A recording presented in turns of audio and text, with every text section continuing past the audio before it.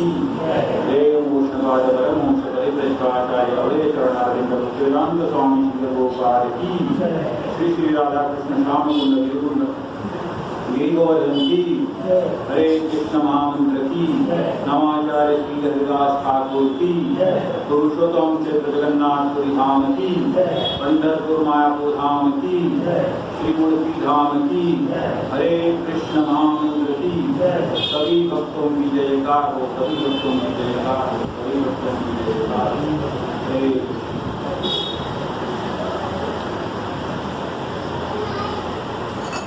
हरे कृष्ण। तो आप सभी भक्तों का इस साप्ताहिक मंगलवार कार्यक्रम में बहुत स्वागत है। आप अपना अमूल्य समय निकालकर कृष्ण कथा सुनने के लिए यहाँ पर उपस्थित हुए हैं, इसलिए अंतर्राष्ट्रीय कृष्ण भावनामृत संघ की तरफ से आप सभी का हार्दिक स्वागत है। ओम नमो भगवते वासुदेवाय। ओम नमो भगवते वासुदेवाय। नारायणं नमस्कृत्यं नरं चैव नरोत्तमं देवीं सरस्वतीं व्यासं ततो जायमुदीरये। नष्टप्रायेषु अभद्रेषु नित्यं भागवत सेवया कृष्णाय वासुदेवाय देवकी नंदनाय च नन्दगोपकुमाराय गोविन्दाय नमो नमः। गोविन्दाय नमो नमः। गोविन्दाय नमो नमः। हरे। अभी हम आज की जो कथा है, जो विषय है, उसको शुरुआत करते हैं। तो आप सभी जानते हैं अभी जो सबसे बड़ा फेस्टिवल आने वाला है वो कौन सा है? जगन्नाथ जी का रथ यात्रा है। तो ये जगन्नाथ जी का जो स्वरूप है, आप सभी ने विग्रह को देखा होगा, फोटो को देखा होगा, कहीं ना कहीं तो देखा होगा। तो आपको पता है तो अच्छी बात है, नहीं पता है तो सोचते हो कि ये विग्रह का ये स्वरूप कौन सा है। आमतौर पर हम देखते हैं जो राधा कृष्ण के जो विग्रह होते हैं, एक पर्टिकुलर आकार होता है, हाथ में बांसुरी लिए, हमने उनके बाजू में राधा रानी होती है या तो बलराम जी होते हैं, और एक सुंदर विग्रह हर जगह मौजूद होता है। परंतु ये जगन्नाथ जी का जो विग्रह है थोड़ा अलग प्रकार का है, ये विशिष्ट है। तो ये ऐसा क्यों है और इसका महत्व क्या है, इस विषय के ऊपर आज हम चर्चा करेंगे, जानने का प्रयास करेंगे कि ये क्यों। अगर आप सभी ये कथा जानते हो तो अच्छी बात है, उसमें से बहुत कुछ अब तक भूल गए होंगे तो सभी के लिए रिफ्रेश हो जाएगा। नहीं जानते हैं तो और अच्छी बात है, पता चल जाएगा। पूरा जानते तो भी अच्छी बात है, क्योंकि भगवान की लीला का स्मरण करना ये हमारा कर्तव्य है। जैसे भगवद गीता में भगवान कृष्ण बताते हैं, जन्म कर्म चमे दिवम एवं ये व्यक्ति कर्मता चक्वा देव पुनर्जन्म नैति मामेति तो अर्जुनः। तो मेरे जन्म और कर्म का दिव्य जो व्यक्ति तत्वतः जानता है उसका पुनर्जन्म नहीं होता है। और अगर किसी चीज को हमें तत्वतः जानना है तो उसका एक ही उपाय होता है, हमें बार बार उसका स्मरण करना होता है। जैसे आपने स्कूल में मैथमेटिक्स में सबने देखा होगा, टेबल्स हमको बाहर करने होते हैं। उससे क्या होता है, मैथमेटिक्स ये जो सब्जेक्ट है वो पक्का होता है और कोई भी कैलकुलेशन करने में आसानी होती है। लेकिन नया पीढ़ी के हाथ में कैलकुलेटर आया तब से वो थोड़ा टेबल्स का कुछ महत्व कम हो गया। कुछ साधारण कैलकुलेशन के वो कैलकुलेटर ढूंढते हैं, they cannot do simple calculation. क्यों? क्योंकि फंडामेंटल वीक होते हैं, फंडामेंटल मजबूत नहीं होते। ये अगर फंडामेंटल मजबूत करना है तो इस पुराने जमाने जो स्कूल में पहाड़े, जिसको हम मराठी में बोलते थे, पूरा क्लास एक साथ में पहाड़े बोलते थे, तो उसके ऊपर से आपका एक जानते थे कहाँ तक पहाड़ा है आपका। उसी प्रकार ये भगवान की लीला का हमें बार बार स्मरण करना है, श्रवण करना है, चिंतन करना है। तो हम आज का जो विषय है उसको इससे कोरिलेट करके, इससे हम संबंधित सोच के सुनने का प्रयास कीजिए। तो हम मंगलाचरण करेंगे, तो साथ में बोलना होता है, सभी जानते ओम अज्ञानतिमिरान्धस्य ज्ञानाञ्जनशलाकया चक्षुरुन्मीलितं तस्मै श्रीगुरवे नमः। श्रीचैतन्यानोपेक्षं स्थापितं येन भूतले स्वयं रूपा कदा मह्यं ददाति स्वपदान्तिकं। वन्देऽहं श्रीगुरुं श्रीयुतापदकमलं श्रीगुरुं वैष्णवं श्रीरूपं साग्रजातं सहगना रघुनाथान्वितं तं सजीवं साद्वैतं सावधूतं परिजनासहितं कृष्णचैतन्यदेवं श्रीराधा कृष्णपदां सहगना ललिता श्रीराधान्वितं हे कृष्णा करुणा सिन्धु दीनबन्धु जगत्पते गोपेशा गोपिकान्त राधाकान्त नमोऽस्तुते। तप्तकाञ्चना गौराङ्गी राधे वृन्दावनेश्वरी वृषभानुसुते देवी प्रणमामि हरिप्रिये। आचार्यवल्लभेश्वरूपासिन्धुरेव च पतितानां पावनेभ्यो वैष्णवेभ्यो नमो नमः। जय श्री कृष्ण चैतन्य प्रभु नित्यानंद श्री अद्वैत गदाधर शिवासादि गौर भक्तवृंद। हरे कृष्णा कृष्णा कृष्णा हरे हरे, हरे राम राम राम हरे हरे। हरे तो अभी हम असली विषय को शुरुआत करते हैं। तो हम ये विषय शुरू करने के पहले मैं आप सभी का आशीर्वाद चाहूँगा, ताकि जो भी विषय है उसका योग्यता न होते हुए भी उसको बताने की मैं चेष्टा कर रहा हूँ। तो आपके आशीर्वाद के बगैर ये संभव नहीं है, और गुरु महाराज की सेवा करने का प्रयास करें।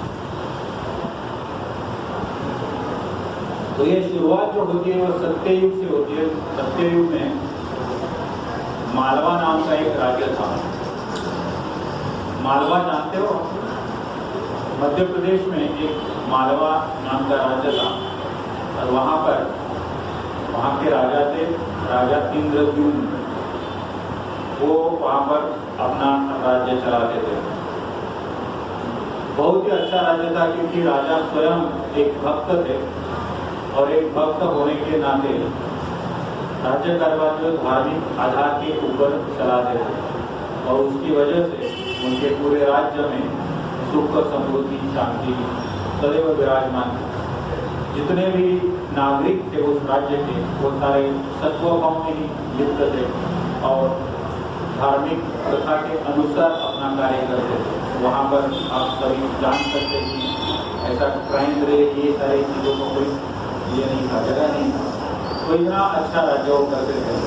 और उस राज्य में जब भी कोई साधु आता है, महात्मा आता है, तो उनको जरूर मिलते थे, उनको अपना राज दरबार में आमंत्रित करते थे, और उनके साथ भक्ति के बारे में, भगवान की लीला के बारे में वार्तालाप करते थे, और उसका अनुभव उनके साथ शेयर करते थे, ताकि भक्ति भाव जो है वो हमेशा बढ़ता है। आमतौर पर भक्तों का ये लक्षण होता है कि हमेशा वो भक्ति के बारे में चर्चा करते हैं। सारे जो वैष्णव जब भी मिलते हैं, कभी कौन सा देश गए थे, वहाँ पर ये मंदिर गए क्या, वो मंदिर देखा, ये जैसे हम आमतौर पर हम वार्तालाप करते हैं, उसी प्रकार राजा ने वो पूरे राज्य में इसी प्रकार का जो माहौल बना के रखा है। तो ऐसे वो बहुत अच्छा, मतलब अच्छे प्रकार से राज्य दरबार चलाते थे। और उस राज्य में एक बार बहुत ही एक विद्वान संकीर्तन मंडली आई थी, जो विद्वान ब्राह्मण थे और वो एक विग्रह के बारे में प्रचार कर रहे थे वहाँ पर उनके राज्य में, जो विग्रह का नाम था नीलमाधव। तो नीलमाधव की महिमा का गान वो राज्य में करते करते वो जा रहे थे और ये वार्ता राजा के दरबार तक पहुंची और ये ब्राह्मणों के माध्यम से उन्होंने जो कीर्तन का जो ग्रुप था उसके बारे में पता चला। तो जैसे ही उनको पता चला, हमेशा की तरह उन्होंने अपने जो मंत्री है उनको एक राजा के प्रतिनिधि के रूप में भेजा और उनको अपना राज्य में मतलब जो पैलेस रहता राजवाड़ा रहता है जिसको बोलते वहाँ पर कथा के लिए आमंत्रित करना चाहते थे। लेकिन जब तक वो मंत्री पहुँचते राज्य में तब तक वो राज्य को छोड़कर दूसरे राज्य में निकल गए। तो राजा को हताश हो गए, उनको ये विग्रह के बारे में जानने की इच्छा थी किंतु नहीं जान पाए, थोड़ा देरी हो गई। कोई बात नहीं, भक्ति में ये तो होते रहता है, अपना जो है प्रयास करना जारी रखना होता है। तो उन्होंने अपने जो भी मंत्रीगण थे सबको ऐसा ग्रुप्स में डिवाइड करके बोले और पूरे भारतवर्ष में ढूंढ निकालिए, मुझे वो नीलमाधव के बारे में जानना है। तो आप कुछ भी करके जानकारी देते। तो ये जो मंत्रीगण थे वो उन्होंने अपने दूध भेजे पूरे भारतवर्ष में, बहुत छानबीन करके वापस आ गए, वो भी हताश हो गए, नहीं पता चला जो मंडली भी कहाँ गई और नीलमाधव कहाँ। उनको लगा भगवान सही में हमारी परीक्षा ले रहे, भगवान इतनी आसानी से प्राप्त होते नहीं। राजा भक्त की ये हालत है तो हम सभी की क्या करते हैं। उसके बाद उनके राज्य में कुलगुरु थे और उनके भाई थे जिनका नाम था विद्यापति।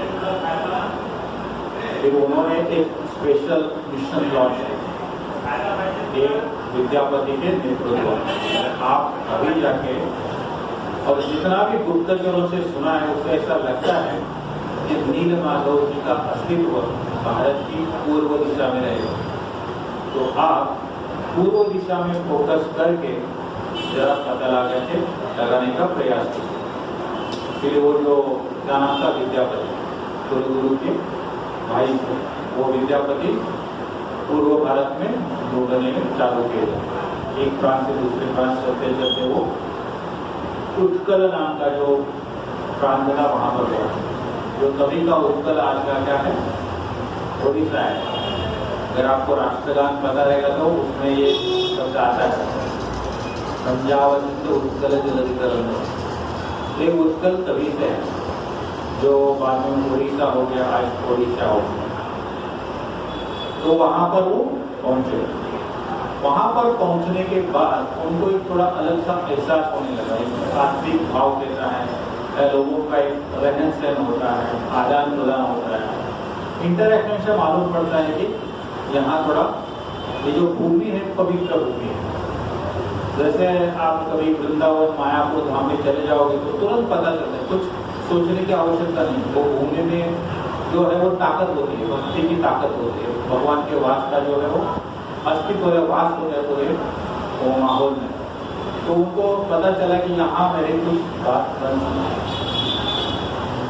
ढूंढते ढूंढते वापस उधर ही एक गांव में पहुंचे। वो गांव तो और एक स्टेप ऊपर बहुत ही अच्छा था। तो उनको लगा कि अभी मुझे ना ये गांव में ही भगवान की तलाश करनी है, नीलमाधव। जिस हिसाब से यहाँ के लोग बर्ताव करते हैं, अतिथि का आदर सत्कार करते हैं, भक्ति की चर्चा करते हैं, भगवान की पूजा अर्चा करते हैं और एक दूसरे को सम्मान देते हैं, तो मुझे ऐसा लगता है कि मुझे इधर ही नीलमाधव की प्राप्ति होगी। तो फिर उन्होंने वहाँ पर भी रुकने का निर्णय किया। गाँव से वार्तालाप कर रहे थे कि रहने की कहाँ इंतजाम होगा, मतलब जैसे भाड़े से घर ढूंढते हम, कहाँ अच्छा इंतजाम होगा। तो वो गांव का बेसिकली आदिवासी लोगों का गाँव था, शबर जमाती के लोग वहाँ पर आ रहे थे। अभी देखिए आदिवासी होकर भी उनका जो रहन सहन होता है वो थोड़ा अलग प्रकार का होता है। लेकिन फिर भी उन्होंने सुझाव दिया कि यहाँ पर विश्ववसु नाम के एक ब्राह्मण रहते हैं, तो उनके घर पे आप रहेंगे। वो तो हमारे पूरे गाँव के मुखिया हैं, और वो जो भी बाहर से कोई विजिटर आता है तो अक्सर उनके घर पे वो रहते हैं, और वो बहुत अच्छा आदर करता है। तो हमारा सुझाव ये रहेगा कि आप वो विश्ववसु के घर पे थोड़ा रह सकते हो, आप वहाँ पे जा सकते हो। ये विद्यापति घूम निकाला उन्होंने विश्ववसु का घर, और वहाँ पर पहुँच गया। कभी विश्ववसु घर पे नहीं थे, जिस काम से बाहर गए, वहाँ पर उनकी बेटी थी, का नाम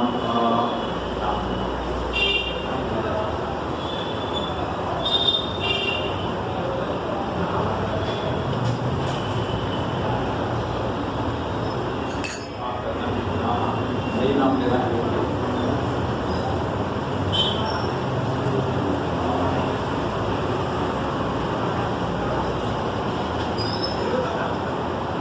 ललिता। वो बेटी का नाम क्या था? ललिता। फिर वो बेटी ने बोला उनको कि मेरे पिताजी अभी घर पर नहीं है, तो आप जरा सुबह बाहर विश्राम कीजिए, तो जैसे आएंगे तभी वो आपसे मुलाकात करेंगे। फिर ये विद्यापति बाहर ही रूप में इंतजार कर रहे थे वो विश्ववसु कब वापस आएंगे।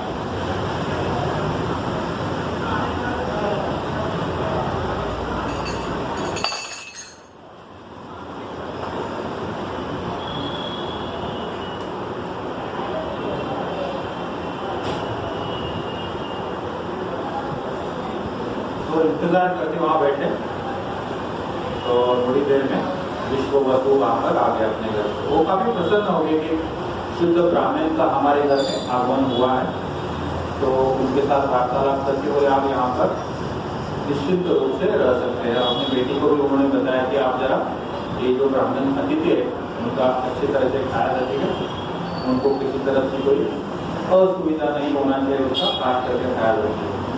तो इस प्रकार वो वहाँ पर रहने लगे। दूसरे दिन सुबह ये विश्ववसु जो है वो सुबह सुबह निकल जाते थे और बहुत देर से वापस आते थे। लेकिन जब वो वापस आते थे, उनके जो कपड़े शरीर से एक बहुत अच्छी सी सुगंध आती थी। ऐसी सुगंध उन्होंने कभी जिंदगी में महसूस नहीं किया। एक पर्टिकुलर सेंट का स्मेल जो होता है ना, सुगंध होता है, वो अजीब मतलब अच्छा होता है, अजीब नहीं बोल सकते, बहुत अच्छा होता है। जिससे क्या होता है, प्रसन्नता होती है और उनके चेहरे पर एक स्पेशल किस्म की मुस्कान छाती थी, तो बहुत हैप्पी लगते थे जब भी वो वापस आते थे।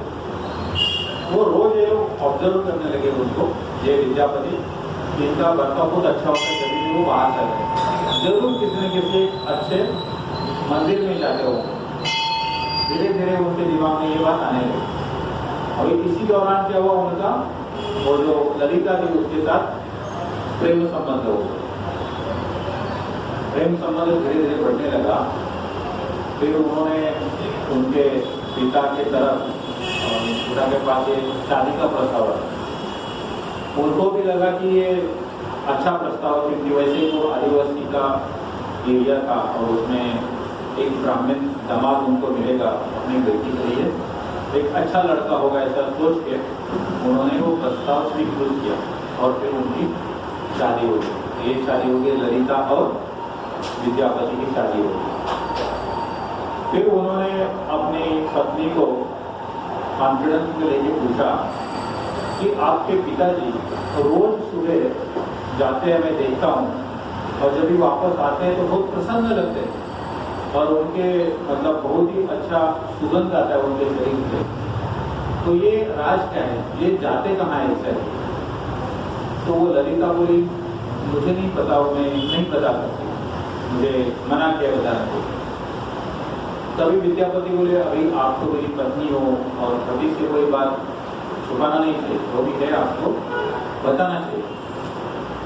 फिर वो बोले नहीं, लेकिन उन्होंने मुझे मना किया।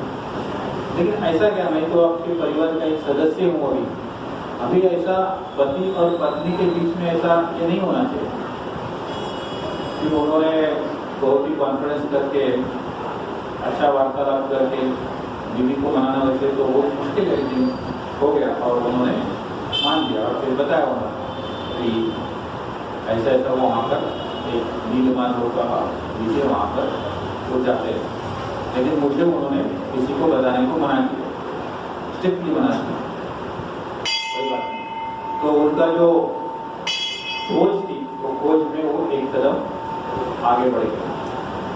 अभी अगला स्टेप ये था कि वहाँ जाना था, एक्चुअल जहाँ पर मंदिर है वहाँ पहुँचना था। तो फिर उन्होंने बड़े दिन बाद जब दूसरा प्रस्ताव रखा कि मैं भी उनके साथ एक बार वहाँ जाना चाहता हूँ। उन्होंने मुझे बताने से मना किया, एक तो मैंने बताया और ऊपर से आप बोलते हुए मैं वहाँ जाना चाहता हूँ, ये तो पॉसिबल ही नहीं है। फिर कुछ दिन का इंतजार करने के बाद, रोज पूछने के बाद, कॉन्फिडेंस में लेने के बाद फिर वो तैयार हो गए और फिर पिताजी के सामने उसने ही प्रस्ताव रखा। पिताजी तो बहुत गुस्सा हो गए, बोले ऐसा कैसे उसने बताया, पहले तो बोला था मैंने बताना ही नहीं है, एक तो बता दिया और अभी वो मेरे साथ वहाँ आना चाहते हैं, ये तो संभव ही नहीं है, तुमको पता है ये मैंने क्यों आपको मना किया। फिर वो अपने पति को बता दिया, उन्होंने मना करने का रीज़न ये था, ये जो नील माधव है, जब भी इन्होंने सेवा का शुरुआत किया था तभी उन्होंने बताया था कि आकाशवाणी नीति की मेरी सेवा आप कुछ दिन तक कर सकते हो, परमानेंट नहीं कर सकते।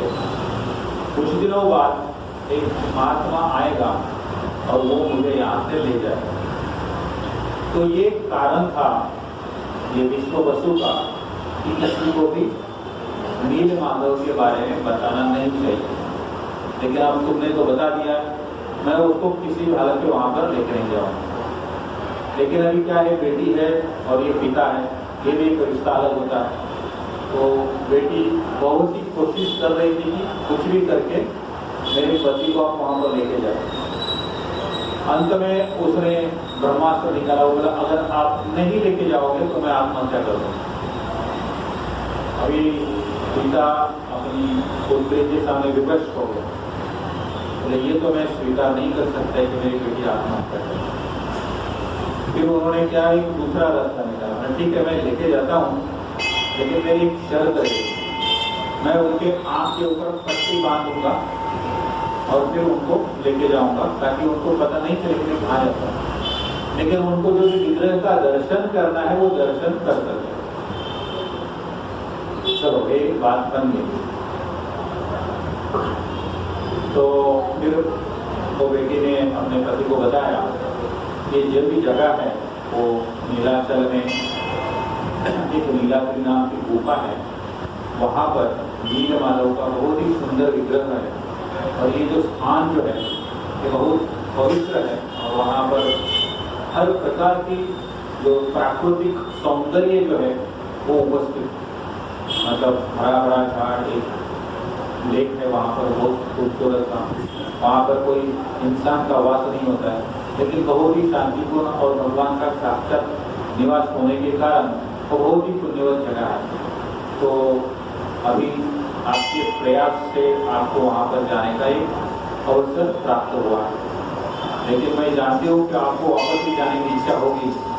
तो वो क्या करती है, अभी वैसे ही बोले बरसात के दिन है तो उस सरसों के जो बीज है वो उसके हाथ में देती है, बोलते भैया आपकी पट्टी बांधी होगी, आपको उनके पीछे ही चलोगे तो चलते चलते रास्ते में आप ये जो बीज है उनको रास्ते में सब डालते जाओ, ताकि क्या होगा 15-20 दिन बाद में वो सरसों के जो पेड़ है वो धान हो जाए, तो वो भूल जाएगा, तो आपको जब भी फ्यूचर में जाना होगा आपको वो रास्ता पता चल जाएगा। तो ये उसने बहुत अच्छा दिमाग लगाया, उन्होंने दिमाग लगाया कि उसको पता नहीं चलना चाहिए, इसे आके ऊपर पट्टी बांध के लेके जाऊँगा और इनका एक स्टेप आगे चल रहा है कि आपको ये बाद में कैसे पता चलेगा।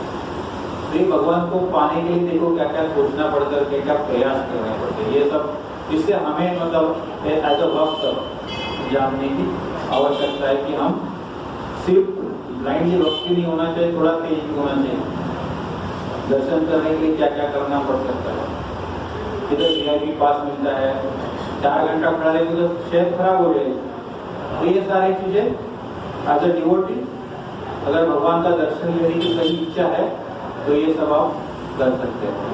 तो यही मतलब जो युक्ति है वो तभी ये विद्यापति और क्या नाम था उनका, नाम ललिता, इन्होंने अपनाने का प्रयास।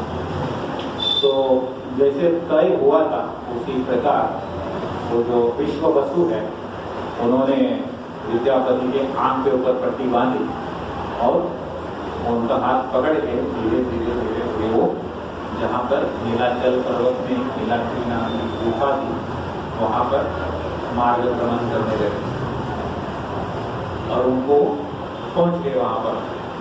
और ये जिस प्रकार डिसाइड किया था वो बीज डालते डालते डालते वहाँ पर पहुँच गए और विग्रह के सामने मंदिर में पहुँचने के पश्चात विश्व वसु ने उनके आंख के ऊपर की पट्टी खोल दी। विद्यापति ने बहुत ही अद्भुत दर्शन किया वहाँ पर। साक्षात नारायण चतुर्भुज रूप में वहाँ पर विद्यमान थे। उनके हाथ में शंख चक्र गदा और पद्म धारण किया हुआ था। वो भाव विभोर हो गए। वो दर्शन इतना अद्भुत कभी देखा नहीं था उन्होंने। तो बहुत ही प्रसन्न हो गए और उन्होंने पूरा जो आनंद लेते हुए वो दर्शन का आस्वाद लिया। दोनों ने वही के वहाँ पर दर्शन किए, दामादव ससुर की अपनी भाषा में। फिर वो बोले आप यहाँ पर ये जो भी भगवान का वास है इनका अनुभव कर लीजिए कि ये जिंदगी में शायद वापस आपको मौका मिले नहीं मिले। तो मैं तब तक कुछ पूजा की सामग्री जुटा के लगा। फिर वो वहाँ पर छोटा जो भी उपचार था वो भगवान का करके भगवान के लिए कुछ सामग्री इकट्ठा करने के लिए जंगल में चले गए और वहाँ पर विद्यापति अकेले रहे। फिर वो थोड़ा मंदिर के बाहर आए और वहाँ पर देखा एक जल का सरोवर था। वहाँ पर एक कुंड भी था और उसके किनारे के ऊपर एक बहुत बड़ा पेड़ था। वो आम का पेड़ था। उनकी टहनियाँ जो है वो पूरा वो सरोवर के ऊपर फैली हुई थी। बहुत विशाल पेड़ था और वो दृश्य देखने लगे, पूरा आनंद ले रहे थे। और उन्होंने देखा वो आम के पेड़ के डाली के ऊपर एक कौवा बैठा। और कौवा जो है वो शांत बैठा था वहां पर। ऐसा लगता था वो नींद ले रहा। जनरली कौवा और नींद ये साथ में जाता नहीं, जमता नहीं। जैसे बंदर कभी कोई शांत नहीं बैठता। आप कभी देख नहीं सकते बंदर शांत बैठा। अगर कोई दिखा भी तो सारे बंदर उसको भगा लेंगे वहां से। अपनी बिरादरी का नहीं है, यहाँ पर रहने लायक नहीं है। तो उसी प्रकार वो कौवा वहां पर था। ये नेचुरल नहीं था, कुछ विशेष था, लेकिन था जरूर। थोड़ी देर में कौवे की नींद इतनी आ गई कि वो फट से सरोवर में पानी के अंदर गिर गया और वो डूब गया। और ये विद्यापति बहुत ध्यान से पूरा जो दृश्य देख रहे थे। फिर कौवा पानी के अंदर से बाहर आया तो वो कौवा नहीं था।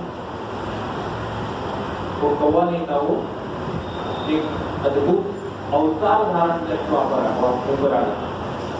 तो जैसे ही ऊपर आ गया विष्णु के दूत अपना एक उनका विमान लेके आ गए और वो विमान में उसको बिठाकर डायरेक्ट विष्णु लोक लेके गए।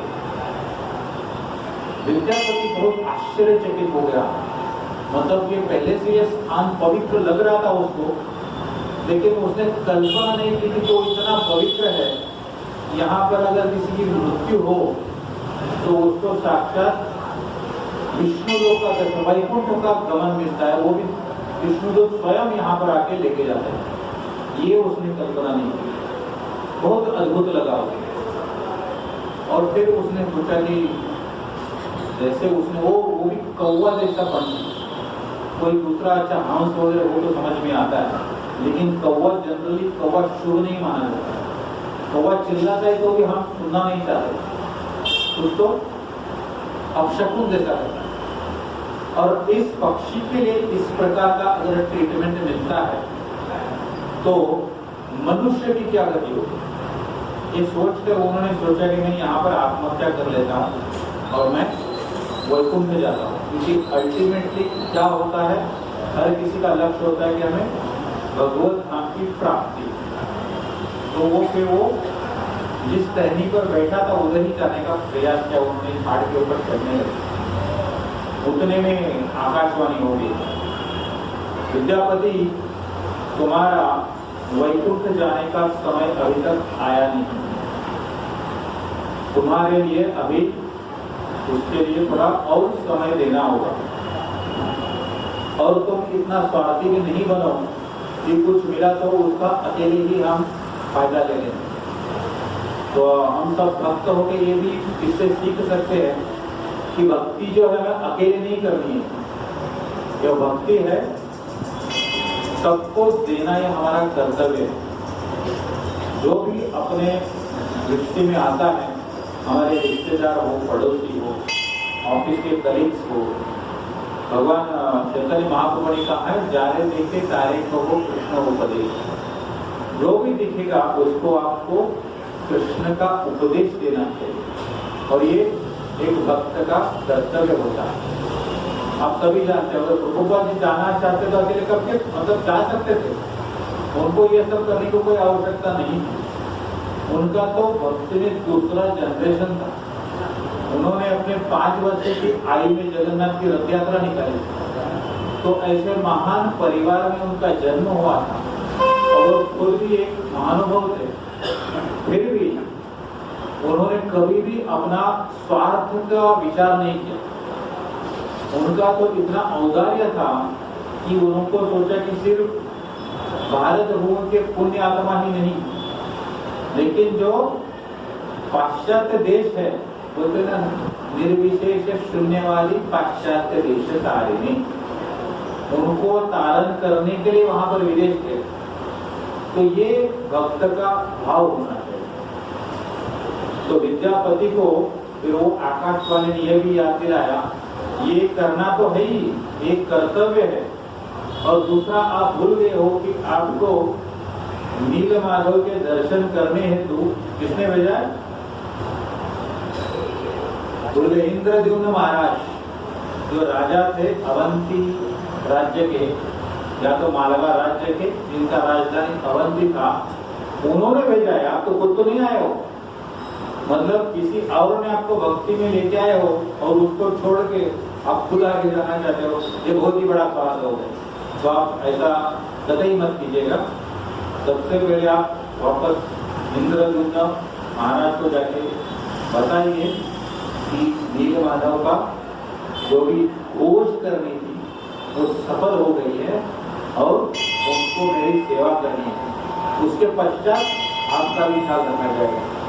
तो विद्यापति को भी थोड़ा लज्जा महसूस होगी कि ये मैं क्या कर रहा था।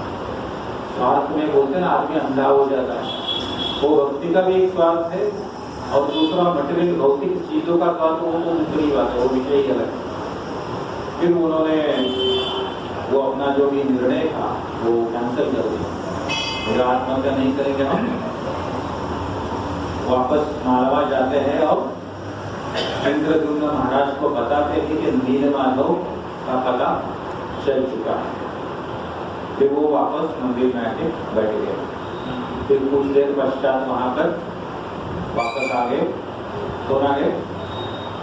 विद्यापति, जो वहां पर थे पूजा है, उनके ससुर, वो बहुत सारी सामग्री लेके आएंगे भगवान के विग्रह की सेवा के लिए, जैसे कंदमूल, फल, फूल, सारा भगवान को जो ऑफर करना होता है वो सब जंगल से इकट्ठा करके लेकर, फिर वहाँ पर उन्होंने पूजा की और वापस अपने घर पे पूरी काल वहाँ पर पहुँच गए। ये उनका रोज का रूटीन। वो रूटीन में सिर्फ एक बदलाव हुआ क्या, उनके साथ उनके दामाद के विद्यापति आ गए थे, उतना ही फर्क हो गया। जैसे वापस आ गए तो विद्यापति ने सोचा कि अब मेरा वापस महाराज को ये संदेश देने का वक्त आ गया। और ये विश्व वस्तु को खबर नहीं, लेकिन कभी नील माधव ने वहां पर अनाउंसमेंट किया, आकाशवाणी किया कि नील माधव, अब तक तुम मेरी सेवा कर रहे थे, लेकिन अभी आज के बाद आपको मेरी सेवा करने की जरूरत नहीं है, क्योंकि मेरी सेवा जो इंद्रद्युम्न महाराज करेंगे।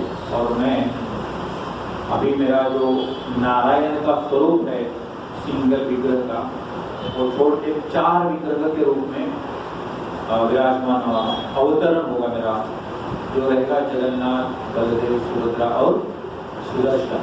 ये 4 के रूप में मैं आऊँगा और वो मेरी सेवा करेंगे इंद्रद्युम्न महाराज। तो ये बहुत व्यतीत हो गए विद्यापति की, मेरा अब तक जो चल रहा था वो कार्य समाप्त हो गया। ये तो विधि था, ये होना ही था, it's a matter of time. आदमी को रियलाइज नहीं होता है, धीरे चल रहे हो, ऐसा लगता है कि चलना चाहिए। तो बोलते हैं जो भी जिंदगी में जो भी चेंज होता है, बदलाव होता है, उसके लिए हम तैयार नहीं होते, लेकिन ये तो विधि था, ये होना ही था। तो बहुत मायूस होकर बैठ गए, लेकिन उनके पास कोई ऑप्शन था नहीं।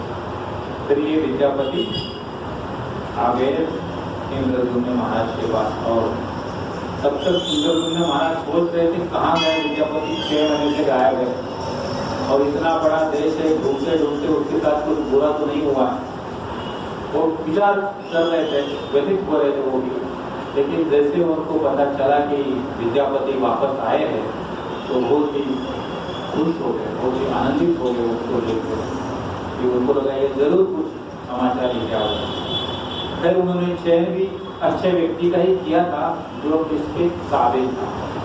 इसके मेरे जो मंत्री थे वो तो असफल रहे, लेकिन ये विद्यापति जो है वो बहुत ही सफल हो गए। इसी प्रकार प्रभुपाद जी का जो गौड़ी वैष्णव संप्रदाय था, उन्होंने पाश्चात्य देशों में प्रचार करने की प्रभुपाद जी के पहले बहुत प्रयास किया, ऐसा नहीं प्रयास नहीं किया, बहुत प्रयास किया, लेकिन वो सफल नहीं हुआ। तो सफलता सिर्फ प्रभुपाद जी को ही मिली, और जितनी उनको मिली वो शायद किसी और को मिली नहीं हुई, सिर्फ ये गौड़ी वैष्णव में कोई और संप्रदाय में भी नहीं मिली, ऐसी सफलता है। तो उसी प्रकार ये जो विद्यापति है वो वापस आ गए, और उन्होंने ये जो शुभ समाचार है वो महाराज इंद्रद्युम्न को दे दिया। इंद्रद्युम्न बहुत खुश और बहुत गदगद हो गए, और फिर उन्होंने ठान ली कि मैं सारे मंत्रियों, सिर्फ मंत्रियों नहीं, पूरी जनता को लेके मैं अवंती से जगन्नाथपुरी की तरफ लेके जाऊंगा, ताकि मैं सिर्फ मेरा ही भक्ति में प्रगति नहीं चाहता हूँ, मेरी पूरी जो जनता है, मेरे पूरे जो भी सेवक है, सभी को भगवान जगन्नाथ जी का लाभ मिले। और फिर वहां पर ये पूरा का पूरा जत्था वापस आ गया। कहाँ पर आ गए? नीलाचल में। नीलाचल में आ गए, नीला में पहुंच गए, देखते तो वहां पर कुछ है ही नहीं, पूरा रेत का बवंडर, जगह तो हुई, लेकिन वहां पर कुछ भी उपस्थित नहीं। उनको लगता है ये पूरा प्रयास विफल हो गया, इतने सारे लोगों को लेके आ गया, ये विद्यापति ने तो फंसा दिया लगता है हमको, इतना मेहनत करके। फिर वापस हटाक हो, लेकिन वहां पर वापस आकाशवाणी हो गई कि इंद्रद्युम्न महाराज आप चिंता मत करो, मैं आऊंगा, आपको उसके लिए थोड़ी प्रतीक्षा करनी पड़ेगी। अभी आप एक काम कीजिए, समुद्र तट के ऊपर जाकर प्रतीक्षा कीजिए, और मैं वहां पर एक दारू के रूप में पधारूंगा। दारू मतलब क्या होता है? लकड़ा, जिसको दारू होता है, जो लाल कलर में होगा, उसके ऊपर शंख चक्र गदा लगे होंगे, और आप समझ जाओगे कि ये मेरा ही स्वरूप है।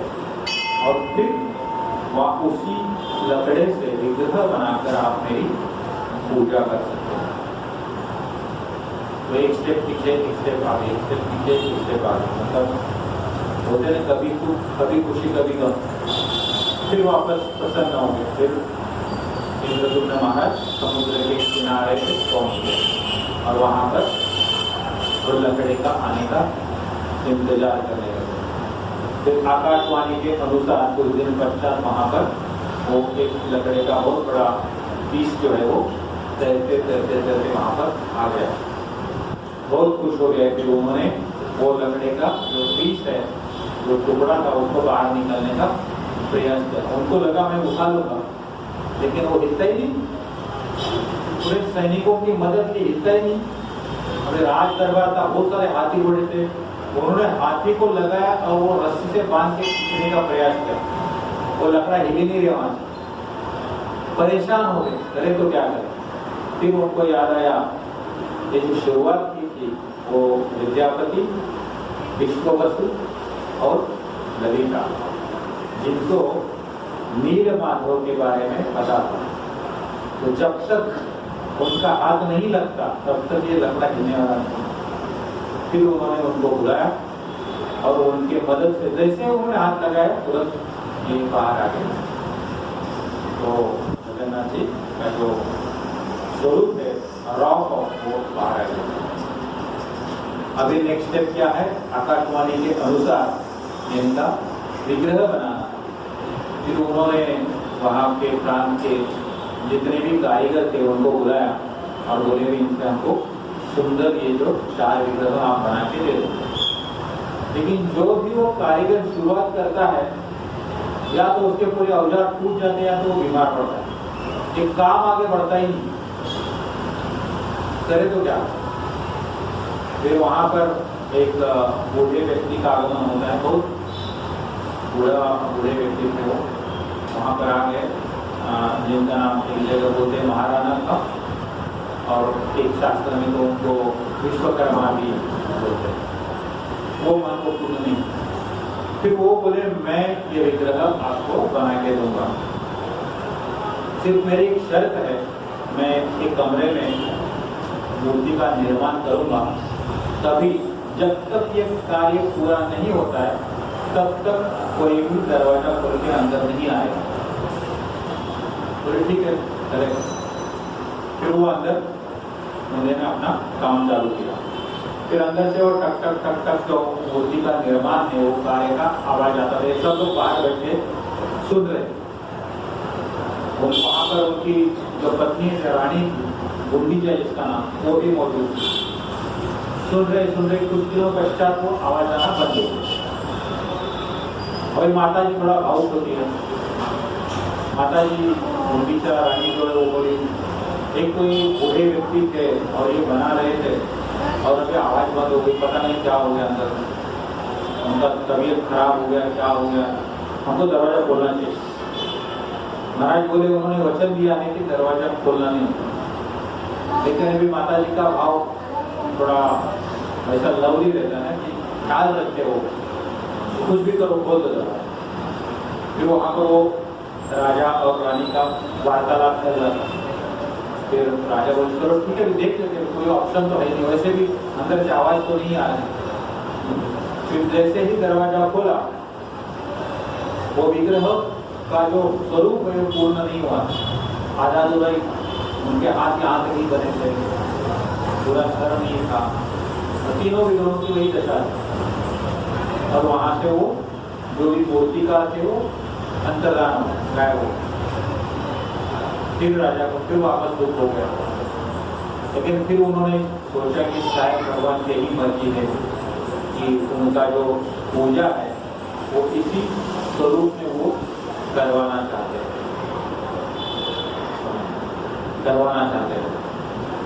तो बोले चलो ठीक है, अभी इसी विग्रह का हम स्थापना करके पूजा का आरंभ करें। बहुत अच्छा मंदिर का निर्माण हुआ और उनको लगा मैं ब्रह्मा जी के हाथ से इनकी प्राण प्रतिष्ठा करूँ। राजा है, राजा कुछ भी सोच सकते हैं और बड़ी बड़ी सोच लेते हैं, तो अच्छी बात, भाव अच्छा है। फिर वहां पर वो ब्रह्मा जी को न्योता देने के लिए चले गए ब्रह्मलोक। वो सत्य युग में कोई ऐसा ज्यादा डिफिकल्ट नहीं था। ब्रह्मलोक, गोलोक सब पहुंच गए।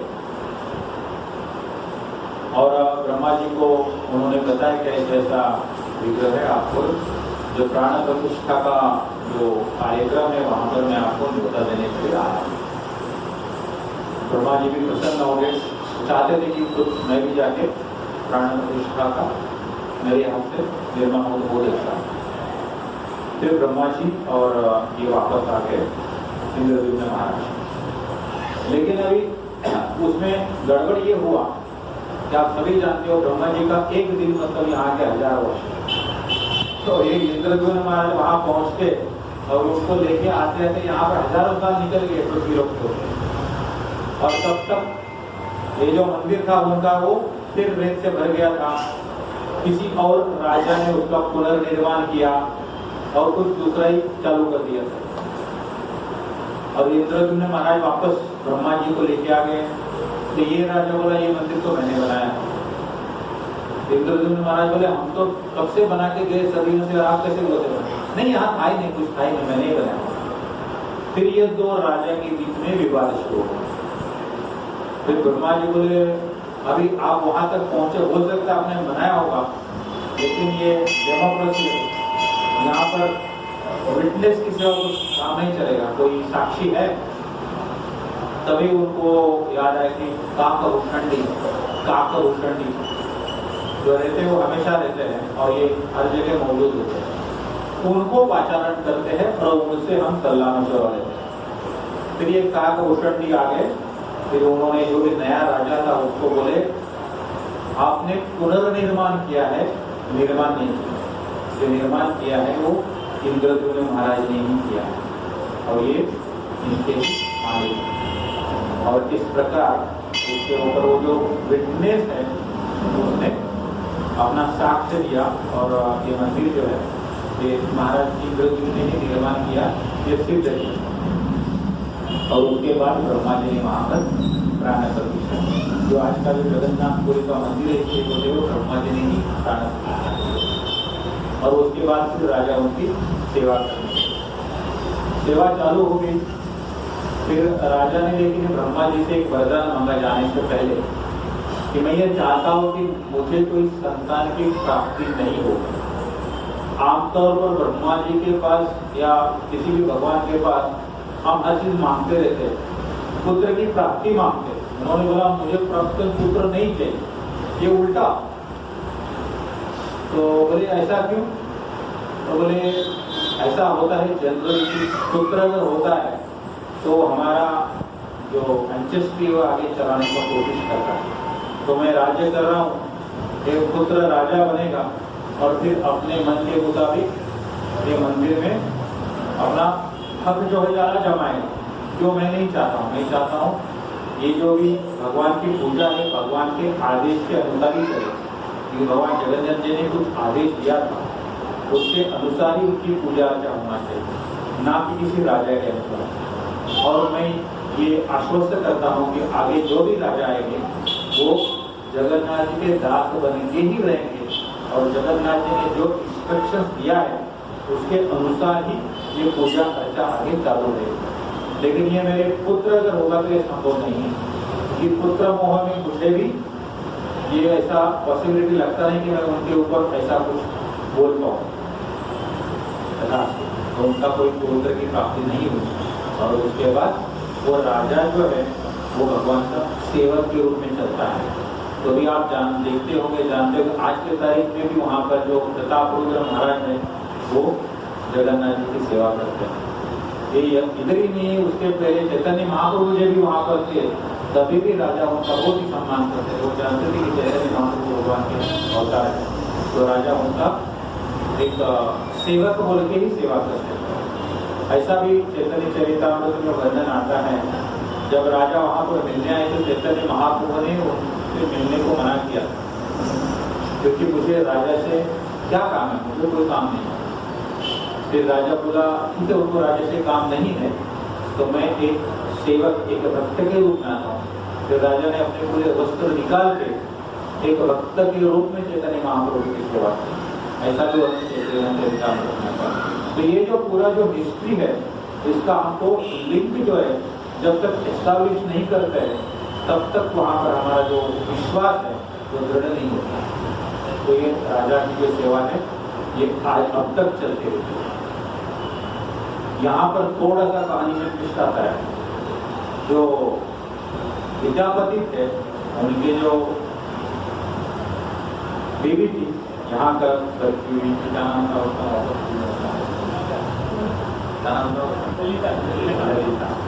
वो यहाँ कर बीवी थी, उनके और एक बीवी उधर भी अवंती प्रांत में, लेकिन वो राजा सबको लेके आ गए यहाँ पर। तो उनको ये बीवी से एक पुत्र था, वो बीवी से एक पुत्र था। तो ये इन्होंने फिर सेवा का बंटवारा किया। तो जो ललिता का जो बेटा था वो उनके पास कुकिंग का डिपार्टमेंट दिया। तो जगन्नाथ जी का अभी भी जो भोग वगैरह लगता है वो सारा वो जो लीनिएज है उसी में चलता है। और जब अवंती प्रांत की जो पत्नी थी उसका बेटा था, वो भक्ति का जो स्वरूप है, पूजा अर्चा, वो सब बात है, वो भी लीनिएज चलता है, वो अब तक चलते आ रहा है। तो उसके बाद फिर भगवान को जो भोग लगाते हैं वो सब यही जो फैमिली है वो लगाते हैं। लेकिन जगन्नाथ जी है, जगन्नाथ जी अद्भुत है। कभी कभी जो है ना वो अपने मुताबिक ही करवाते हैं। ठीक है, आप जो भोग बनाते हैं आप सभी जानते हो, मिट्टी के बर्तन में वो एक के ऊपर बनाया जाता है और जगन्नाथ जी को अर्पण किया जाता है। तो वहाँ पर जितना भी भोग बनता है मतलब जगन्नाथपुरी जब प्रसाद के लिए बहुत फेमस है। ऐसा इधर तो वर्णन आते हैं, 3 जो धाम है, जगन्नाथपुरी धाम, पंढरपुर धाम और उडुपी धाम, ये तीनों धाम का बहुत महत्व है और हर एक का अपना अपना क्वालिटी है, अटैच है। जैसे जगन्नाथपुरी को बोलते हैं अन्न ब्रह्म, क्योंकि यहाँ पर भोग लगते जाता है 56 भोग, अन्न ब्रह्म। पंढरपुर धाम है उसको बोलते हैं नाद ब्रह्म, जहाँ पर हमेशा मृदंग और करता, वहाँ पर पकवास और टाल बोलते हैं, हमेशा आपको ध्वनि सुनाई देगा। पंढरपुर में एंट्री करेंगे तो वही नाद सुनते रहेगा, इसलिए वो धाम का नाम है नाद ब्रह्म। तो ये है नाद ब्रह्म, ये है अन्न ब्रह्म। और तिरुपति जो है कंचन ब्रह्म। कंचन ब्रह्म मतलब ये भी आप सभी जानते हो, वहाँ पर सोने का बहुत महत्व है और वहाँ पर भगवान को सोना चढ़ाने वालों की संख्या बहुत है। वहाँ तक इस हद तक तो सुना है हमने, सचमुच पता नहीं, बहुत सारे बिजनेसमैन तो बालाजी को अपना वो मंदिर को दान करते हैं। तो ये सोने का ही स्वरूप है, मतलब रिचनेस बहुत ज्यादा है। वैसा ये है कंचन ब्रह्म, नाद ब्रह्म और अन्न ब्रह्म।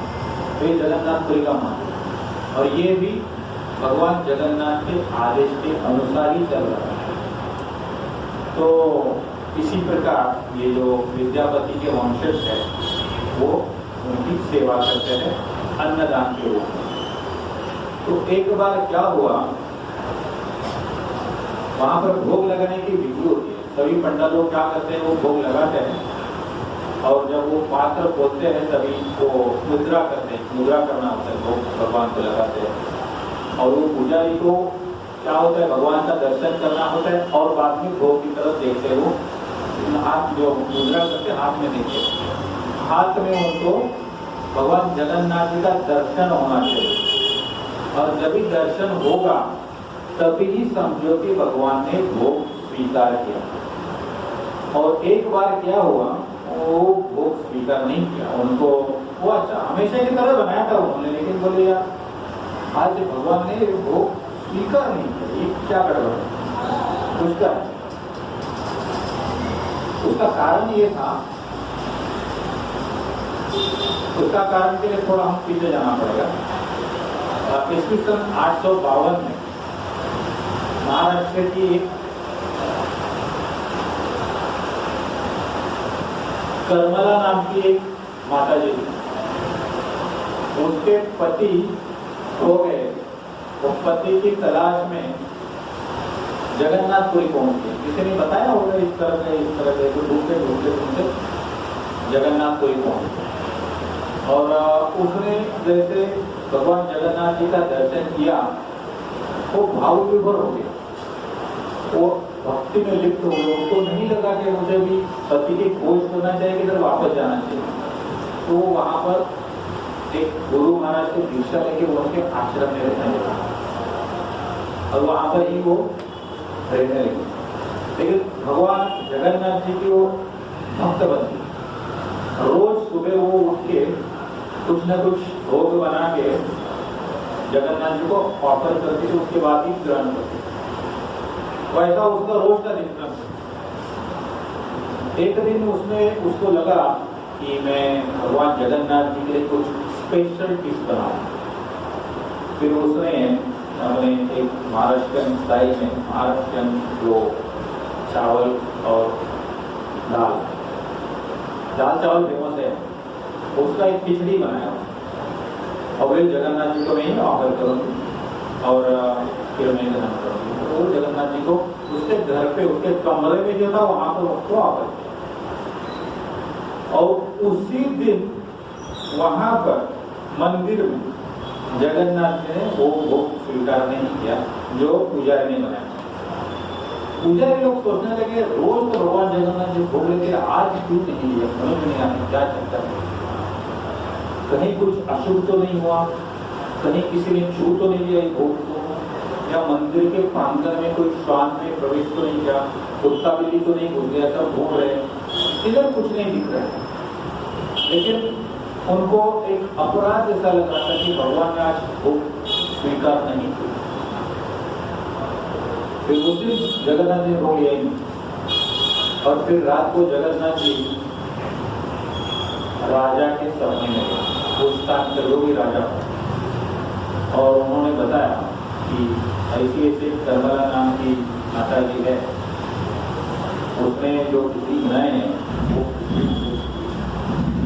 आप जाके मुझसे माफी मांगो। हुआ क्या था, थोड़ा मैं जब वो उसने बनाया तब वो माता जी वहां पर आई थी और वो पुजारी को विनती कर रही थी कि मेरी खिचड़ी जरा जगन्नाथ जी को दिखाने की मेरी इच्छा है। तो पुजारी ने तो देखा उसको, फिर कोई भी उठ के आएगा थोड़ी चलता है, यहाँ पर हम पुजारी हम यहाँ पर बना के भगवान को खिलाते हैं और आपका शुद्धता का क्या गारंटी है, हम नहीं करते, और उसको धिक्कार दिया तो उसके प्रति वो अपराध हो गया था। जबकि वो जो है वो अपने मन से पूरे प्रेम भाव से भगवान के लिए बनाएंगे। तो किसी भक्त का अगर अपमान होता है तो अगर आपकी भक्ति सच्ची है तो भगवान हर जगह से देखते हैं। उन्होंने साक्षात वो भोग स्वीकार नहीं किया और फिर राजा के जरिए तो पुजारी को उसके घर पे भेजा और बोला आप खिचड़ी बना के देते, और वो खिचड़ी बना के उन्होंने दिया। और तभी से ये जो जगन्नाथ खिचड़ी बोलते हैं वो तभी से प्रसिद्ध हो गया।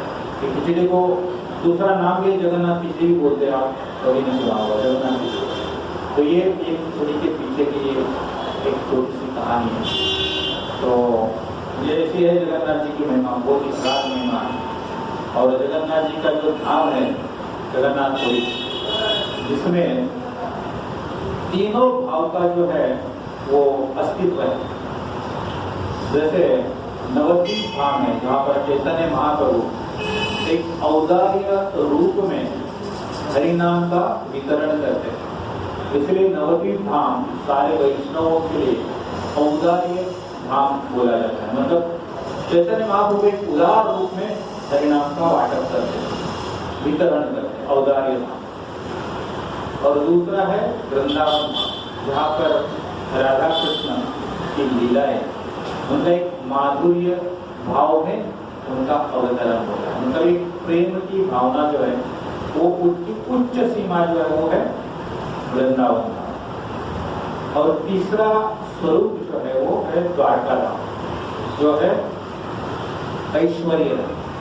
भगवान कृष्ण का ऐश्वर्य रूप अगर देखना है तो आपको द्वारका धाम को याद करना है, जहाँ पर भगवान कृष्ण की 16,108 रानियां और उनके उतनी ही महल, हर महल में उनका पर्सनली वहां पर अस्तित्व होना, साक्षात स्वर्ग का जो पारिजात वृक्ष है उसका वहां पर उपस्थित होना, ये जो ऐश्वर्य है इसकी तुलना किधर भी नहीं की जा सकती। तो ये तीनों भाव का अगर एकत्रित मिलाप देखना है तो वो मिलता है जगन्नाथ को, क्योंकि भगवान जगन्नाथ कृष्ण ही चैतन्य महाप्रभु वहाँ पर राधा रानी और चैतन्य महाप्रभु है, वो औदार्य धाम है और माधुर्य धाम में वहाँ पर अपनी लीला करते हैं। तो जगन्नाथ को इसलिए सर्वश्रेष्ठ है, जगत के नाथ है। तो इस जगत का जो भी रिक्वायरमेंट है, जो भी आवश्यकता है, तो जग की आवश्यकता सिर्फ प्रेम नहीं है, सिर्फ ऐश्वर्य नहीं है, सिर्फ खाना भी नहीं है, ये तीनों होना चाहिए, तभी आपको जग के नाथ बोला जाए। ऐसा ये जगन्नाथ कोई नाम का महत्व है। तो ये सब जानना हमारे लिए बहुत आवश्यक। तो ऐसे संक्षिप्त में बोलने का मैंने प्रयास किया, तो आशा है आप सभी को इससे कुछ लाभ होगा और हम सभी भक्ति के मार्ग के ऊपर एक कदम आगे बढ़ने का प्रयास करें। अपने इतना शांतिपूर्ण रीति से श्रवण के लिए बहुत बहुत धन्यवाद। हरे जगन्नाथ हरे कृष्ण महामंत्र हरे। किसी का कोई प्रश्न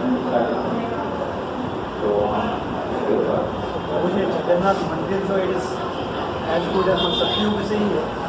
हाँ, उसका जैसे मतलब हाँ उसका डिटीरिएट हो गया, रेती से भर गया। अब ये भी देखो आप कोरिलेट कर सकते हैं, आज के तारीख में ओडिशा में साइक्लोन बहुत आता है, तो हो सकता है ये सदियों से सिलसिला चलते आ रहा है, तभी भी आ जाएगी। तो ये खराब हुआ, डिटीरिएट होगा, फिर जीर्णोद्धार किया गया। तो जब भी ये इंद्रद्युम्न महाराज ब्रह्मा जी को लाने गए थे, उसके और वापस आते तक इतने राजा होके गए, उनका कुछ हिसाब ही नहीं, बहुत बार ये हो गया। लेकिन उसके बाद से वो है वहाँ पर मंदिर आज भी। इवन उसके बाद इतिहास में जो वर्णन आता है, मुगलों ने भी उसके ऊपर बहुत बार आक्रमण करके तोड़ फोड़ किया था। और वहाँ पर किसी दूसरी ग्रंथ में मैंने पढ़ा था, हमारे नागपुर के राजा भोसले थे, उन्होंने उसका जीर्णोद्धार किया था। तो बहुत बार हुआ, और अभी तो मतलब उन्होंने भी एक बार उसका पुनर्निर्माण किया था। तो राजाओं का बहुत बड़ा महत्व रहा है जो मंदिरों के जीर्णोद्धार रखा है। तो ये मंदिर काफी प्राचीन है। और किसी का कोई प्रश्न या विराम नहीं है? बहुत बहुत धन्यवाद। हरे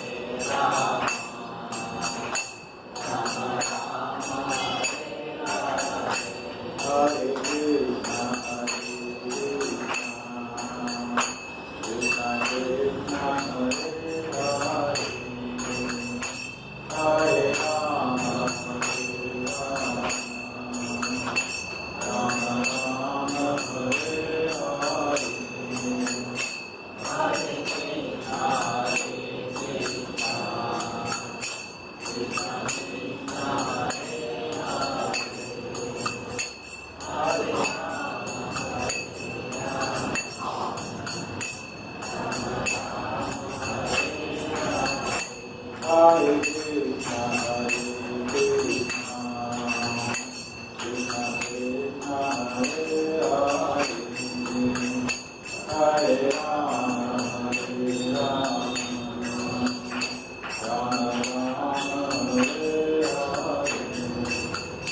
Hare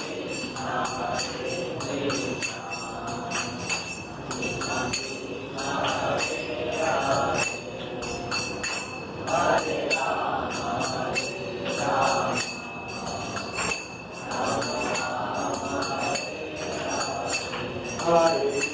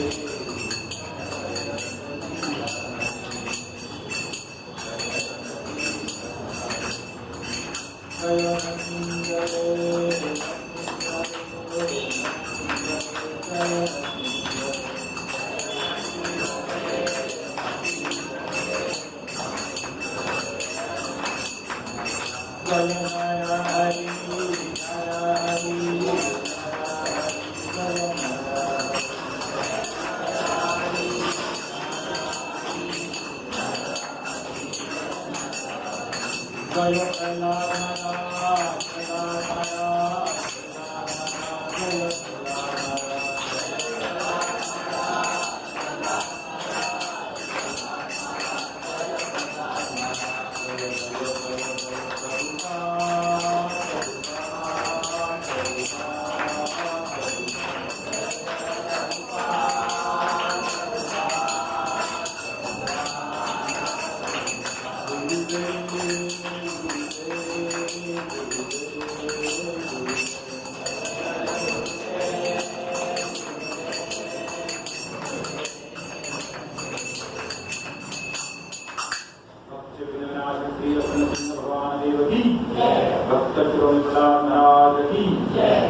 कृष्ण महामंत्र की जय जय श्री राधे श्याम, जय जय श्री राधे श्याम, जय जय श्री राधे श्याम। हरे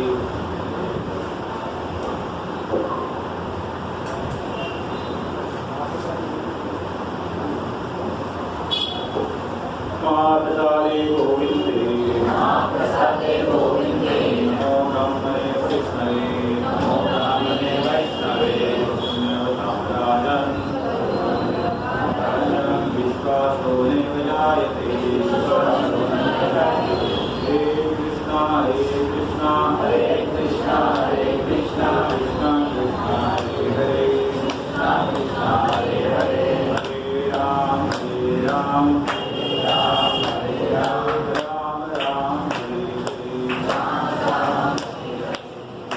महाप्रसाद की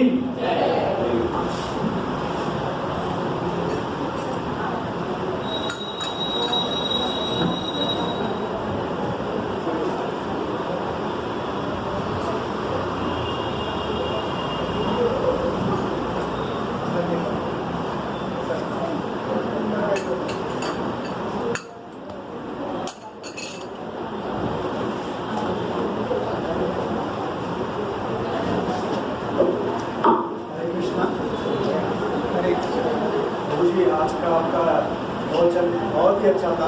जगन्नाथपुरी धाम का महिमा पता चल गया, कैसे विग्रह बन गए, इसका पूरी इसलिए कहानी आपने बता दी है, इसलिए बहुत बहुत धन्यवाद। 3 बार हम लोग हरि बोल बोल के प्रभु जी का आदर करेंगे। हरि बोल, हरि बोल, हरि बोल। और आज का महाप्रसाद आज का प्रसाद जो है वो स्पॉन्सर किया है, शीरा प्रसाद जो आया है शायरी फैमिली की तरफ से है। केला प्रसाद अथर्व प्रभु गजेंद्र मोहिते प्रभु उनकी तरफ से आया हुआ है, और राजगिरा लालू प्रसाद सुनीता यादव माता जी की तरफ से है, और एक केला प्रसाद गायत्री माता जी की तरफ से भी आया हुआ है। इनके लिए भी हम लोग 3 बार हरि बोल बोल के धन्यवाद। हरि बोल, हरि बोल, हरि बोल।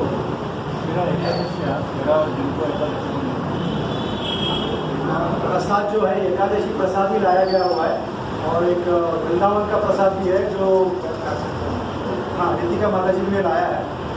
एकादशी प्रसाद आणि केळा तो तुम्ही खाऊ शकता, फक्त वृंदावन पेढा आला आहे, तुम्ही पाहिजे तर तुमच्या हां